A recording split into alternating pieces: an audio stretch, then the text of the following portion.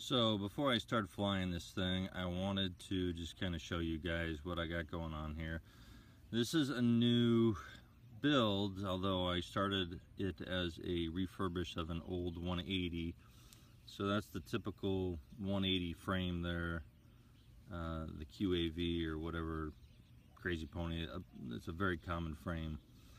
But this is the 180. I'd broken the top plate on the old one, and then I just didn't like the way it ran, etc., and I kind of gave up on it for a long time.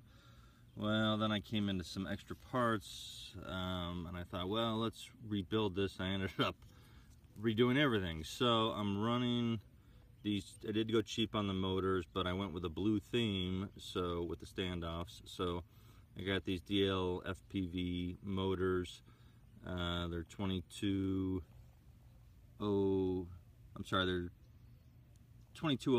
2300 kVs. They'll be fine. I'm running these 4040s on there, but they're quad blades, so they should be pretty well. The ESCs are just some BL Heli 30 amp, and then I'm running a SP Racing F3 board on there.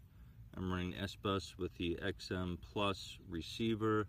You see I do have the antennas glued in there with some shrink wrap on them. That's not the antenna I'm going to run. I'm running a DYS fixed 200 megawatt transmitter on VTX transmitter. But I'm going to put a little stubby antenna on here because I'm tired of breaking that back piece of that frame off. That's what always breaks on it, is the back piece of the frame. So I'm going to put a little stubby antenna on there. I do have some whip antennas on as well. I went ahead and upgraded to the RunCam Swift 2 camera just because, what the hell.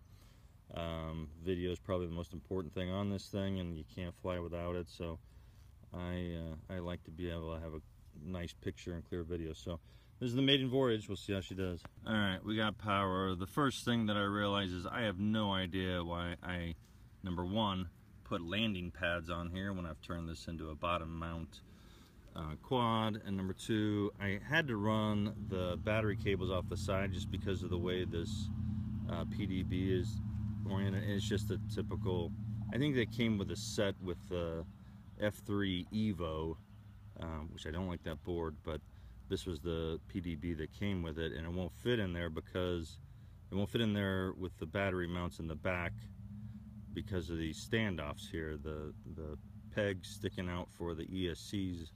So I actually turned it sideways, and actually I like the way it looks with the ESCs out to the side there.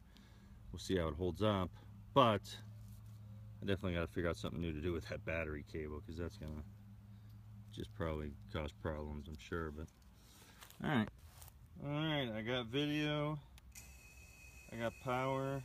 Look how quiet those motors are. Wow. I won't be able to film this flying because I'm by myself, but let's see.